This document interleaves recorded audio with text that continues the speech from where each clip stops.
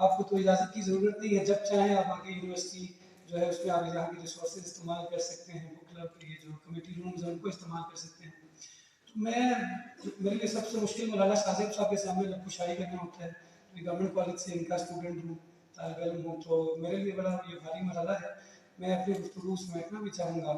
اور آج یہی ہے, گزارش یہی ہے کہ میں نے دیکھا ہے کہ پچھلے 7-8 سالوں میں تدریس کے ساتھ شعبے سے وابستہ ہمارے حلقوں سے لفظ قوم غائب ہو چکا ہے. ورلڈ نیشن کہتے ہوئے ہم کافی شرماتے ہیں یا کتراتے ہیں. ابھی میں نے ATC کی ایک جو کورس تھا وہاں پہ ٹریننگ تھی, میں اس میں تھا اسلام آباد میں, تو 17 دنوں میں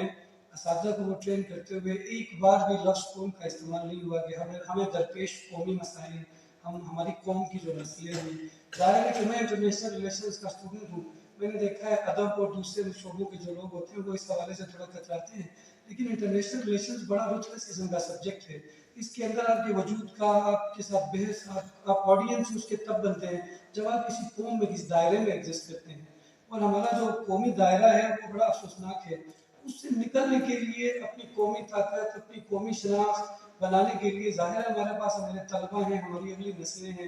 اور ان نسلوں کو امپاور کرنے کے لیے شاہزیب صاحب سے اور دوسرے جو ہمارے عثمانی صاحب ہیں اور اس طرح بڑے اساتذہ جن سے گپ شپ ہوئی ہے, تو آخری نتیجہ یہ نکلا ہے کہ تحریر ہے, ٹیکسٹ ہے جو ہمیں امپاور کر سکتی ہے, اور مکالمہ ہے جو ہمیں اس مشکل سے نکال سکتی ہے کہ اقوام عالم میں ہمارا جو مقام ہے, ہماری قوم کی جو حالت ہے, گفتگو حالت, اور خود ہمارے اندر ملکی جو درپیش مسائل ہمیں ہیں, اس سے نکالنے کے لیے اگر کوئی امید ہے تو وہ طلبہ ہیں, اور وہ طلبہ جن کے پاس تحریر ہے, اور وہ طلبہ جو مکالمہ جانتے ہیں. گلگت سے ان بچوں کو لاہور لانا, اور سر اس سے لطیفہ یہ بھی ہے, اس میں طرفہ تماشا کہ جس مشکل راستے سے اور جس بس میں جو ان کے بس میں نہیں تھی, اس بس میں جو یہاں پہنچے ہیں, اس مشکل اور دشوار گزار راستے کا نام شارع ریشم ہے.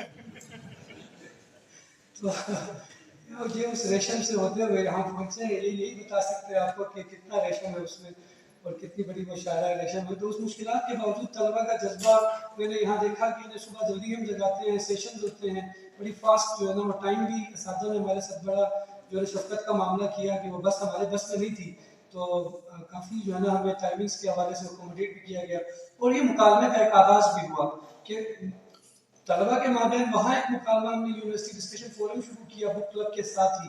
اور اب اس مکالمے کی دوسری جو دائرہ ہے وہ ہے کہ پنجاب یونیورسٹی اور گلگت بلتستان کے بک کلبس کا آپس میں ایک مکالمہ علامتی ہی صحیح, اگرچہ 7 دن میں ہم نے بہت کچھ اچیو کیا ہے, لیکن بچوں کی تشنگی میرے اسٹوڈنٹس کے ساتھ ابھی بھی باقی ہے. وہ روز صبح اٹھتے ہیں اور سوالی نظر سے مجھے دیکھتے ہیں کہ آج کہاں سیشن کروانے ہیں, اور جس دن تھوڑا میرے پاس جواب نہیں ہوتا ہے, ان کے چہرے دیکھنے والے ہوتے ہیں سر, تو وہ کافی ان میں پریشانی ہوتی ہے کہ آج کوئی گفتگو نہیں ہوئی. تو اس تجسس کو, یہ چیز ہمارے لیے ظاہر ہے کہ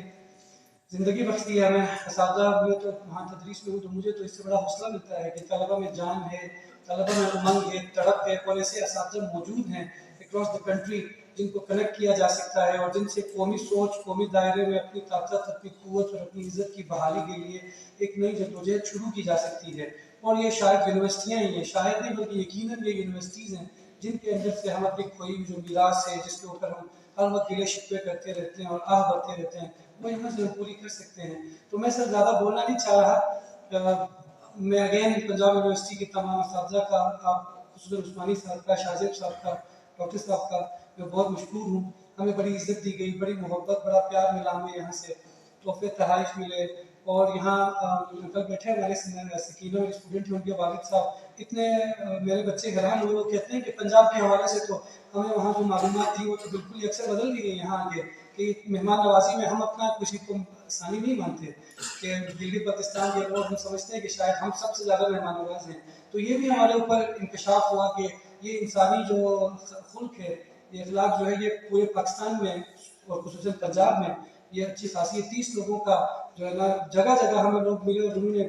ہماری جو ہے نا تعداد دیکھی نہیں, اور ہمیں آفرز کی, انویٹیشنز دی, بڑے دل کے ساتھ کیا آئے ہمارے ساتھ چائے پیے, اور ہم وہاں گئے بھی. جیسے ہم گئے سکینہ کے گھر میں, اپنے میری فارمر اسٹوڈنٹ ہیں ان کے گھر میں ہم گئے, اور انہوں نے ہمیں چائے پلائی, کھانا کھلایا. تو یہ سب مہمان نوازی, ایک دوسرے سے ملنا جلنا, محبت کے مقابلے کا آغاز ہے. اور میری خواہش ہوگی کہ اس کے اوپر جتنے ہمارے بڑے یہاں بیٹھے ہیں,